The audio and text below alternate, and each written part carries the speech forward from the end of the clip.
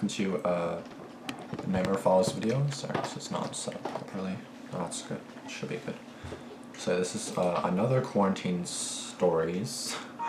Another video of quarantine stories. So I've seen two videos of Mr. Nightmare with like 2 volumes of quarantine stories, and now I have Nightmare Files with 3 quarantine stories. So 3 true quarantine horror stories by Nightmare Files. So, I mean, yeah, being in quarantine can be scary too, you know? There's, like, horror never takes a vacation, you know what I mean? Like, you gotta be on alert all the time, you know? Virus or not virus, you know? Like, you gotta be alert, alright? Alright. So, let's get into this without further ado. I didn't feel comfortable talking with a person so close, so I didn't tell the operator what was happening. Then the person entered my dad's bedroom. They flipped the light on.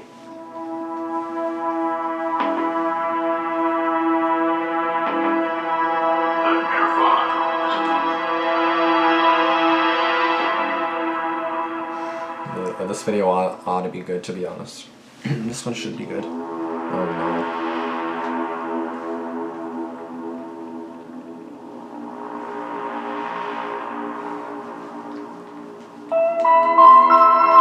Story 2 and 3, Luke. Wow.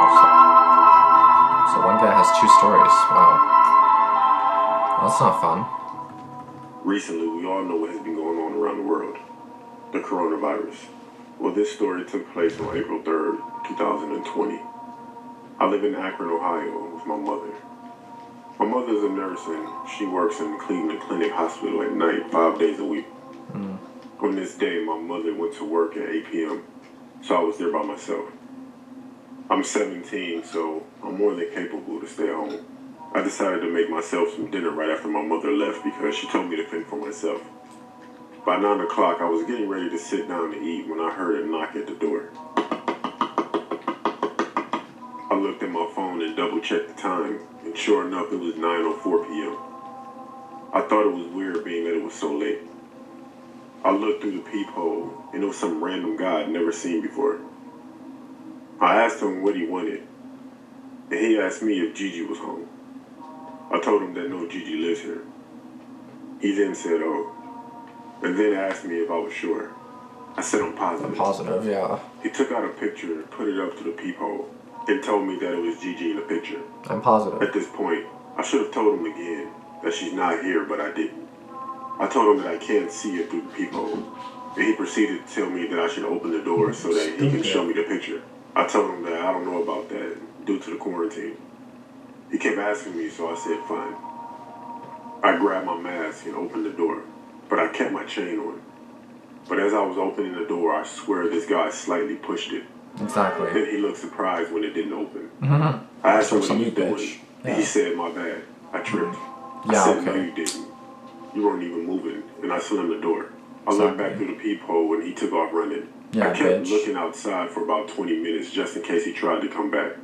So now an hour went by, and as soon as I stopped thinking about that creepy guy, there was another knock at the door. Now what time is it? Again, I looked at the time and it said 10:32 p.m. I looked through the peephole and there was a young woman with a white dress with dark hair over her face just standing there. What's going on, man? I could barely see her face due to her hair, but it looked like she had dried up tears. I asked, what do you want? She said, yeah. Then she stopped mid-sentence and looked behind her, then corrected herself in a very monotone voice. I'm from a group that's testing people in your area for the coronavirus. Fake. Can you let me in to test you? No. It's very important to get tested. No. I don't think she noticed the peephole on my door.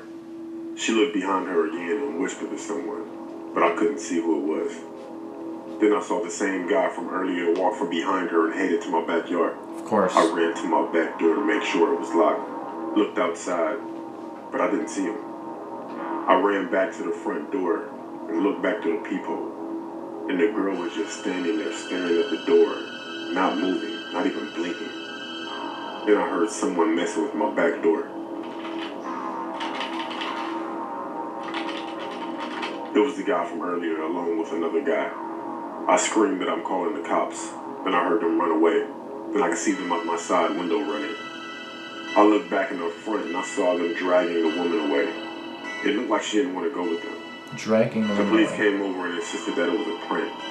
Since then, I purchased a gun from a guy that lives around the corner from me, and I'm ready for anything now.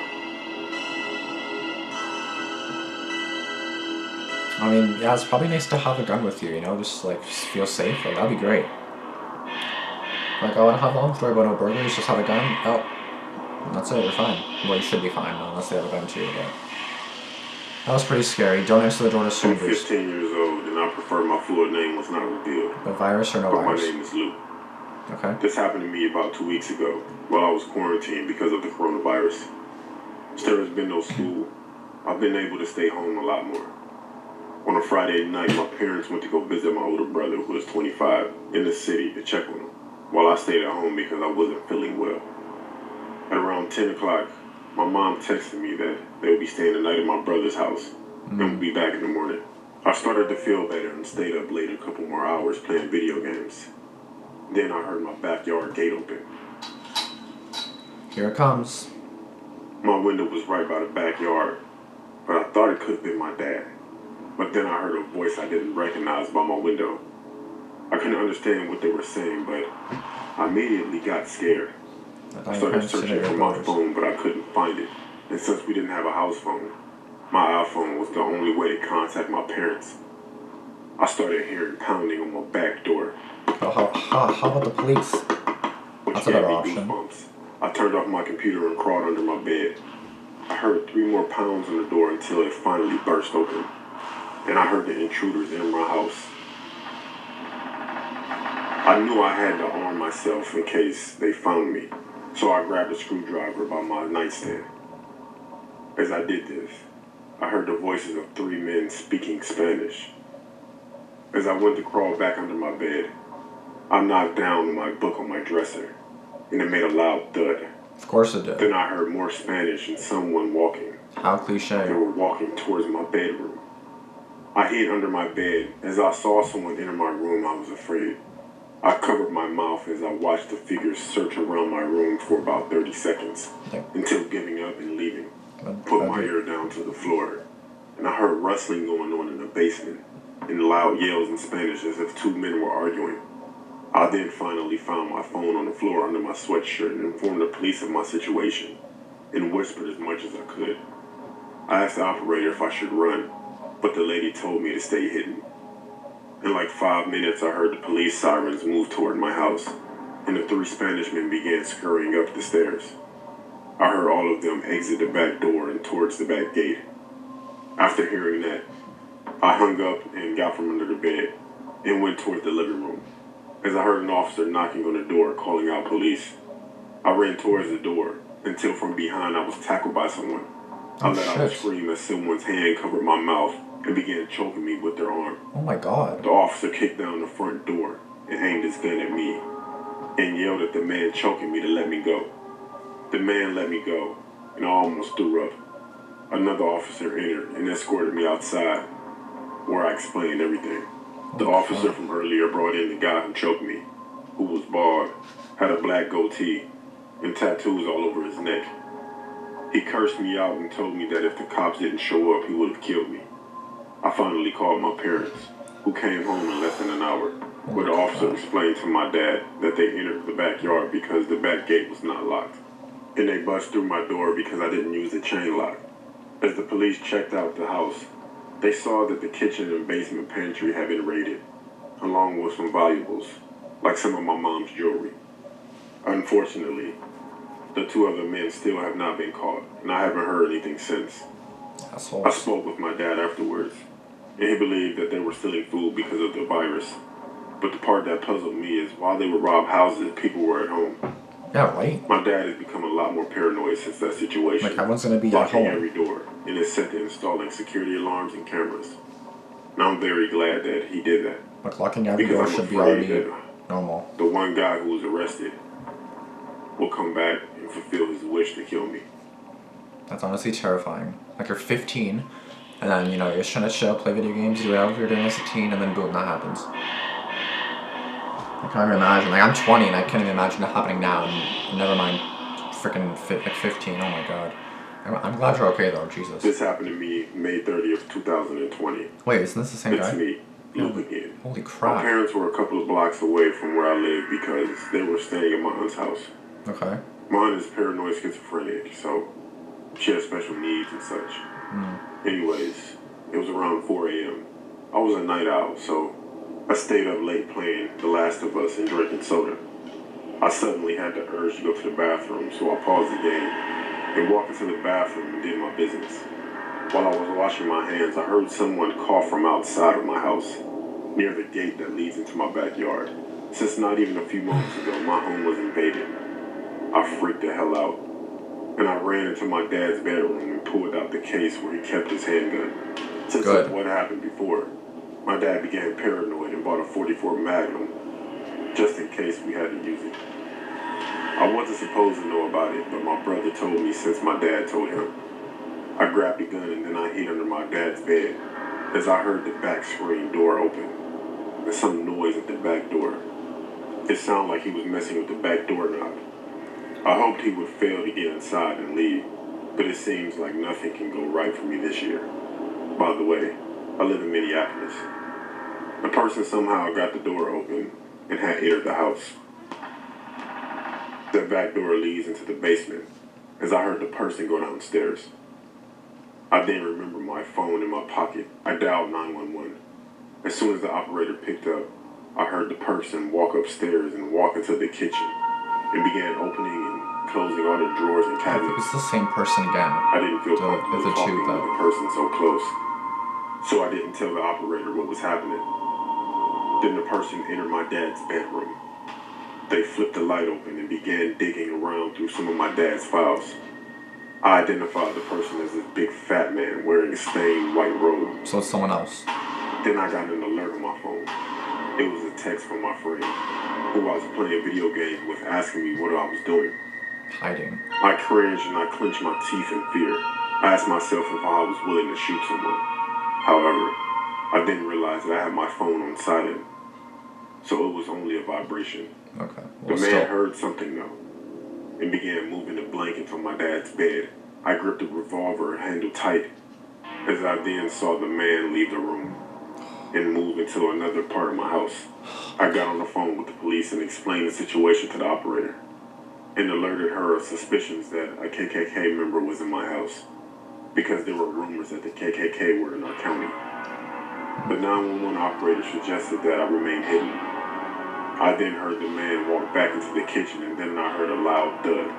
All of a sudden, the police sirens were heard near my house. I heard the man panicking. The man frantically ran back out my back door. I looked through my dad's window and watched the man in white run and hide in my garage. I went out the front yard and met up with 2 female police officers and explained everything, including how the man was in my garage. Good. I stayed with one of the officers while the other one went to search my garage. She came back 5 minutes later saying it was clear and that a window in my garage was open.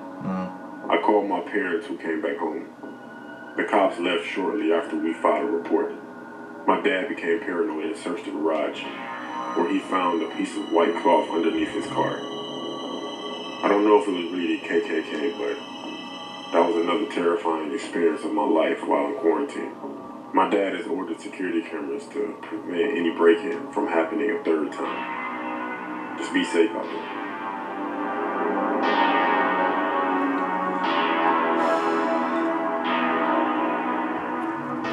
Poor freaking dude, man. Like, this poor guy, he's 15, probably still 15, goes through 2 terrifying stories in like 2 months. Like, now you're gonna think of, I mean, quarantine has not been good for anybody as it is in general. So just the fact that you have this added on is just kind of like, can I not go through this right now? You know, kind of like that sort of thing. It's like, why am I doing, why? Like, why am I going through this again? You know, like, why is this happening all over again? Like, as if quarantine isn't boring and bad already. I mean, at least those situations are nowhere near boring, but Jesus, like, can you imagine just, like, normally playing video games, just a first time, break-in happens for the first time, you almost get killed. The second one, again, you have another break-in, like, months later. That's fucking terrifying. I feel really bad for you, like, and I feel for you. I'm just really glad you're okay after 2 break-ins. Just be safe. Again, you have that gun, which is obviously really good. Yeah, definitely keep it, because apparently your neighborhood is not the best. No offense, just going off what I'm hearing. And no matter who it was, KKK, normal, whatever, a normal dude, still freaking, it doesn't matter who it was. Just be safe and be careful, please, because I can't imagine like 15 two break-ins, all in quarantine. Jesus. I never even caught on when it said story 2 and 3 Luke. I didn't think that it was like one and then one after the other. I didn't even think of that. I was just kind of thinking, yeah, it's the same per person, but I don't know. I think I just kind of forgot, and I was like, wow, holy crap, I totally forgot it's the same per person. And this, especially the second story, like the first one of Luke, like, oh, I would have killed you if the cops weren't here. And just to think someone would have killed you if this didn't happen, like, can you even imagine?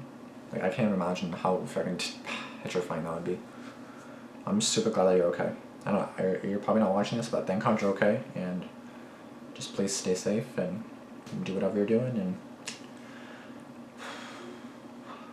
be careful, be safe, because you never know what's going to happen any day, anytime, anytime, anything can happen, so just be safe, guys. Thanks for watching. Be sure to subscribe if you're new, be sure to like this video, and be sure to turn on post notifications as well, and I'll see you guys in the next one. Peace out.